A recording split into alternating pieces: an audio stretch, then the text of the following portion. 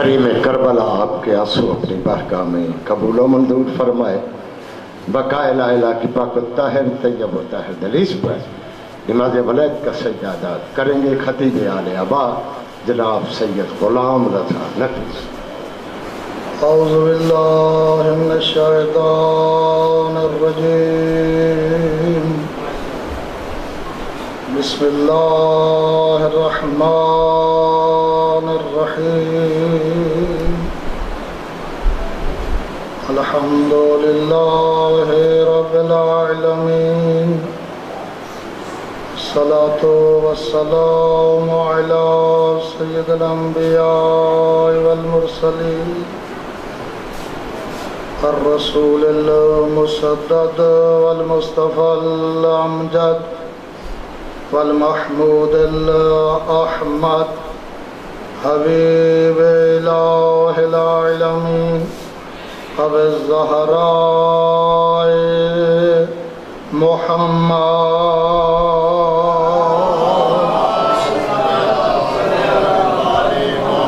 وعلى آلہ المجتبى الذين ذهب الله عنهم الرجس وطهرهم تطهيرا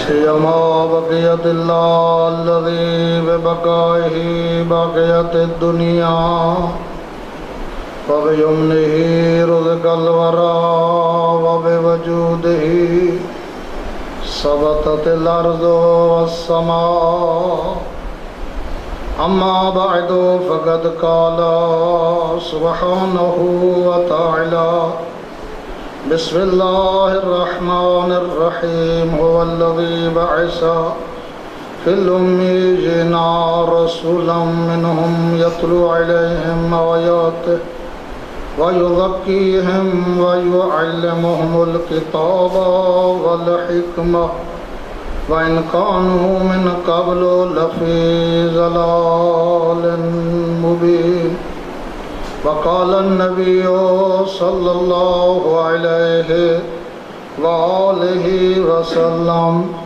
إن الحسين مصباح الهدى وَالسَّفِينَةُ النِّجَاةُ صلوات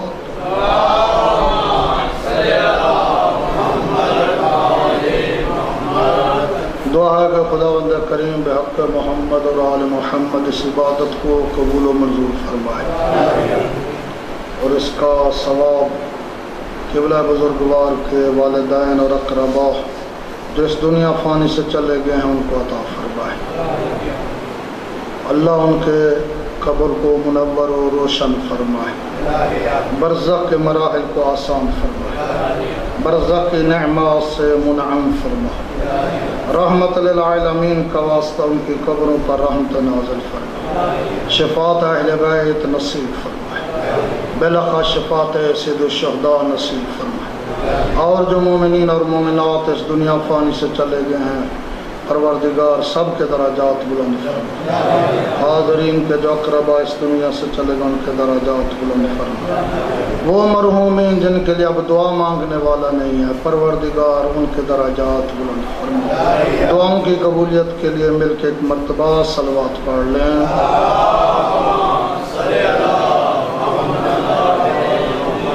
زیادہ دیر نہیں، مختصر وقت میں مختصر طور پر جناب کی خدمت میں چند گزارشات عرض کروں گا۔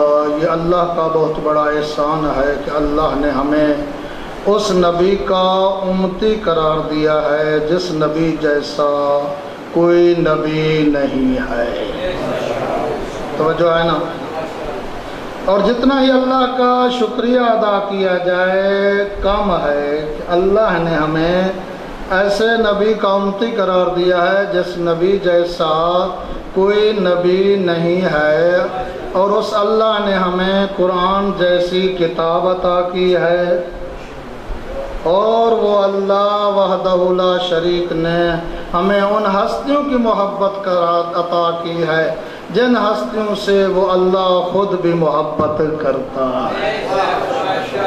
چند منٹ بولتے رہنا تاکہ مجھے سمجھ آ رہی ہے کہ جناب کی خدمت میں جو گزارشات کر رہا ہوں یقیناً سمجھ آ رہی ہیں۔ اور یاد رکھیں، پوچھتے ہیں اس اللہ وحدہ لا شریک کی بارگاہ میں، عرض کرتے ہیں کہ یا اللہ تو نے 1,24,000 انبیاء بھیجے، جس نبی کو ہمارا نبی قرار دیا اس نبی جیسا کوئی نبی نہیں ہے، آپ نے اس نبی کی ڈیوٹی کیا لگائی ہے؟ اس نبی کا آنے کا مقصد کیا ہے؟ وہ ذات جو سب سے پہلے تھی، اول ما خلق اللہ نوری، سب سے پہلے نور سید الانبیاء تھا، لیکن اللہ نے اسے اس سرزمین مکہ میں بھیجا۔ توجہ ہے نا، ہم سرزمین مکہ میں بھیجا۔ اس نبی کا کام کیا ہے؟ اس نبی کا آنے کا مقصد کیا ہے؟ وہ نبی ہادی بن کر آئے اور ہدایت دینے کے لیے اللہ نے ان کی ڈیوٹی 4 کاموں پہ لگائی ہے۔ پہلا کام یتلو علیہم آیات ہی، وہ اللہ کی آیات کی تلاوت کرتے ہیں۔ تلاوت کا مطلب یہ ہے، مختصر وقت میں کیونکہ وقت نہیں ہے زیادہ وضاحت کی طرف نہیں جانا چاہتا، تلاوت کا مطلب یہ ہے کہ جیسے اللہ نے قرآن نازل کیا ہے نبی پاک ویسے ہی تلاوت کرتے ہیں، آیات کی ترتیب وہی رکھتے ہیں، بیان وہی رکھتے ہیں۔ دوسرا کام کیا ہے؟ وَيُزَكِّيهِمْ سید الانبیاء، ہاں سبب خلقت کائنات نبی اس سرزمین مکہ میں آ کر ان لوگوں کی روح کا تزکیہ کرتے ہیں۔ بدن کا ہوتا ہے دھونا، بدن کو دھویا جاتا ہے، روح کو پاک کیا جاتا ہے۔ مقصد یہ ہے، اس نبی کا کام یہ ہے کہ جو مشرک ہیں، کافر ہیں، ان کو کلمہ پڑھا کے اسلام کی طرف دعوت دیتے ہیں۔ ہاں تزکیہ نفس کرتے ہیں، تزکیہ کرتے ہیں، یزکیہم۔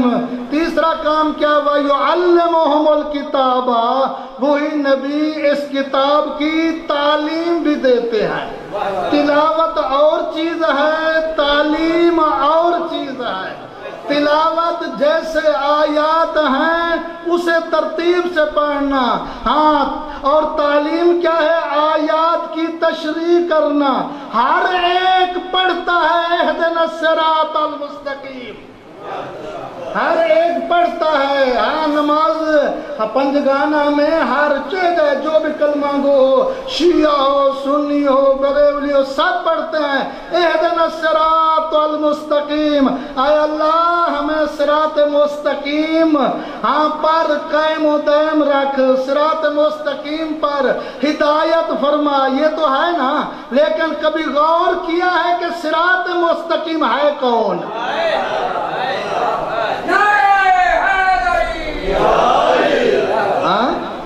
جاتے ہیں پیغمبر کی خدمت میں، یا رسول اللہ سید الانبیاء، اے معلم قرآن، قرآن کی تعلیم دینے والی ہستی، اس دنیا میں ہمیں ہے ہدایت کی ضرورت، آخرت میں ہے ہمیں نجات کی ضرورت۔ دنیا میں ہمیں ہادی چاہیے اور آخرت میں ہمیں نجات چاہیے۔ آیا کس دروازے پہ جائیں؟ تو سید الانبیاء ارشاد فرماتے ہیں اگر جانا ہو تو ہر ایک دروازے پہ نہ جانا، جہاں ہدایت بھی تمہیں ملے، نجات بھی ملے۔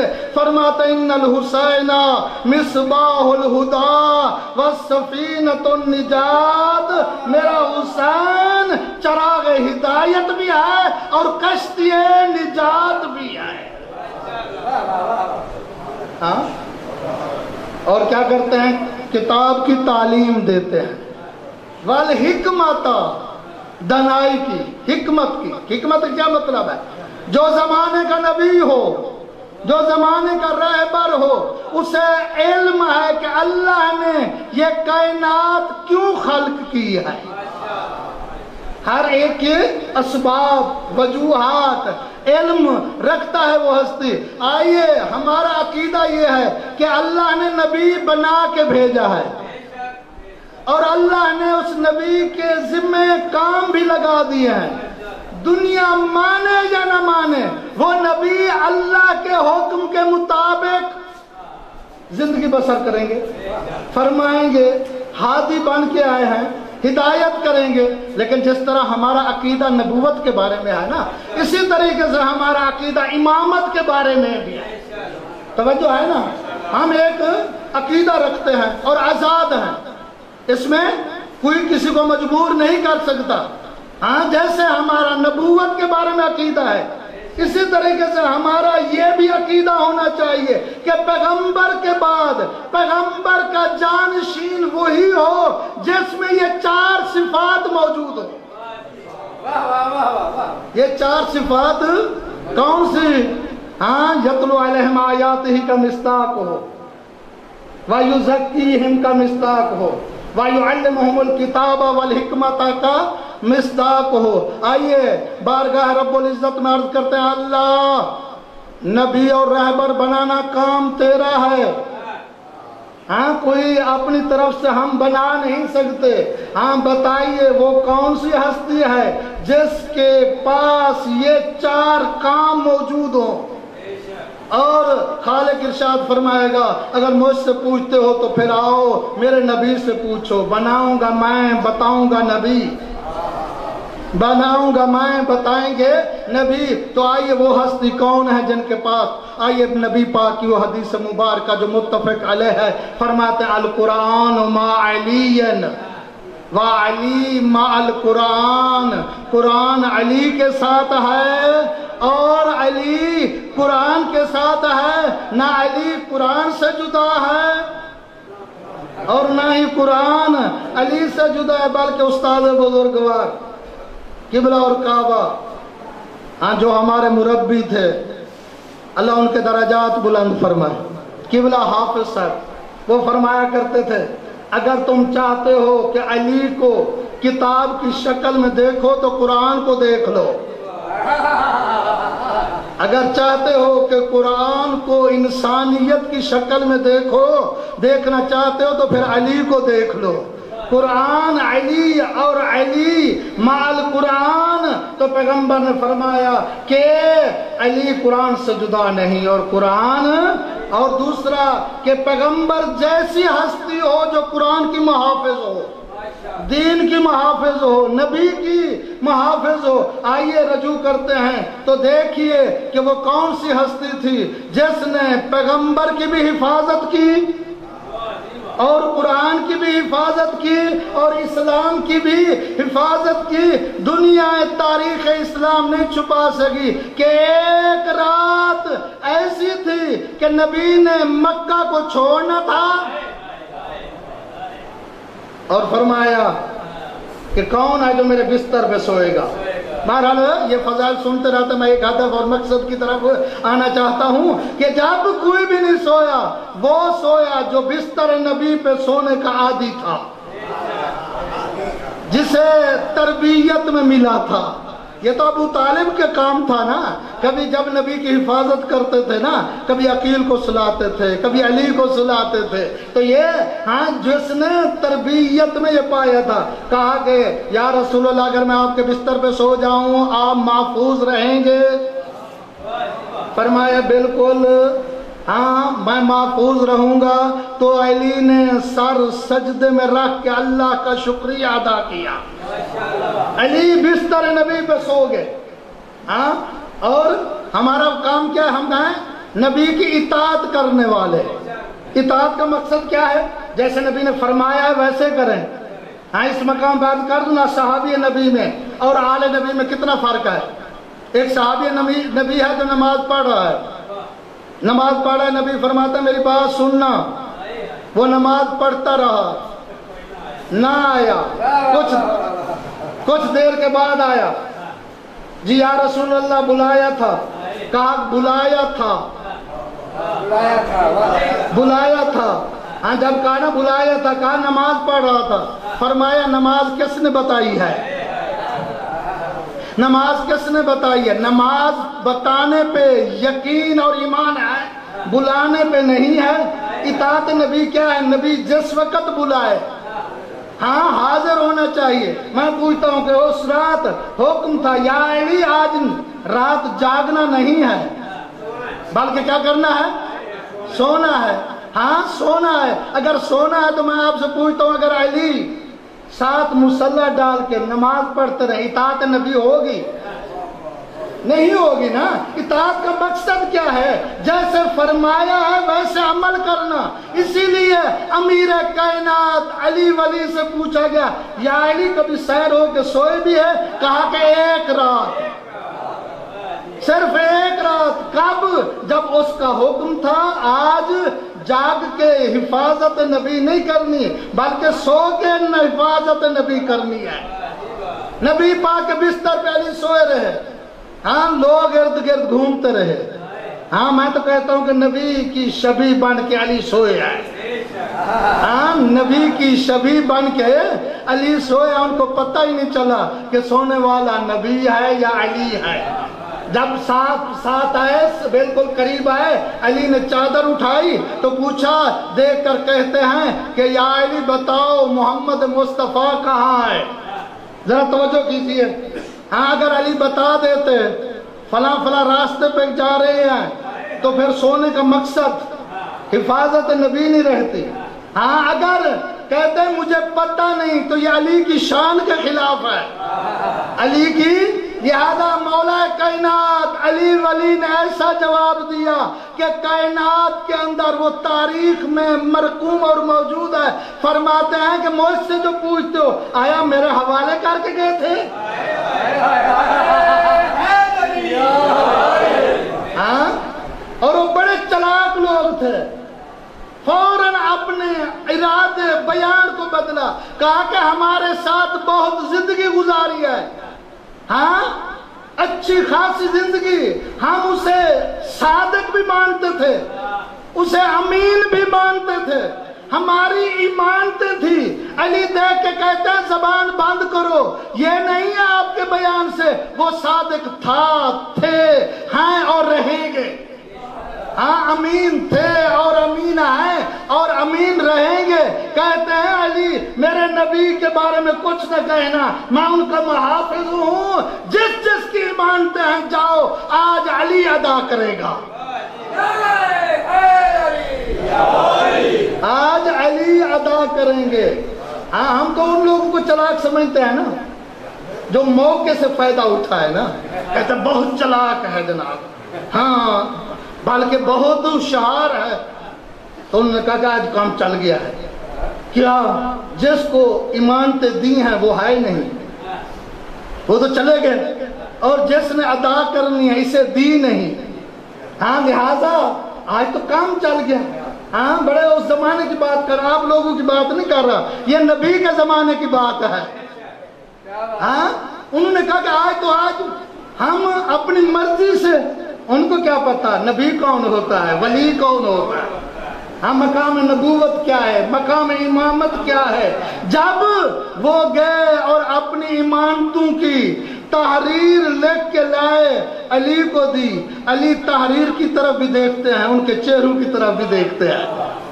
ہاں جب چہروں کی طرف بھی دیکھا، تحریر کی طرف بھی دیکھا، اس وقت امام المتقین، قائد الغر المحجلین، یعصوب الدین، امیر المومنین، صراط مستقیم، ہاں دیکھ کے کہتے ہیں یہ جمادات ہیں، یہ ایمانتیں ہیں، ہاں جمادات ہیں، نہ زبان رکھتی ہیں، نہ عقل رکھتی ہیں، نہ شعور رکھتی ہیں، نہ بول سکتی ہیں۔ ماشاءاللہ تو آپ لوگ جو ہیں عقل بھی رکھتے ہو، شعور بھی رکھتے ہو، زبان بھی رکھتے ہو، بول بھی سکتے ہو۔ تم نے تو بیان دے دیا، علی نے لے لیا، اب آپ نے خاموش رہنا ہے۔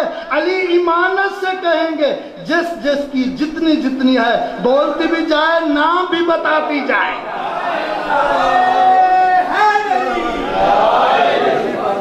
ہاں پیغمبر نے فرمایا، ہاں قرآن مجید کی آیت، فَقُلْ تَعَالُوا نَدْعُ أَبْنَاءَنَا وَأَبْنَاءَكُمْ وَنِسَاءَنَا وَنِسَاءَكُمْ وَأَنفُسَنَا وَأَنفُسَكُمْ۔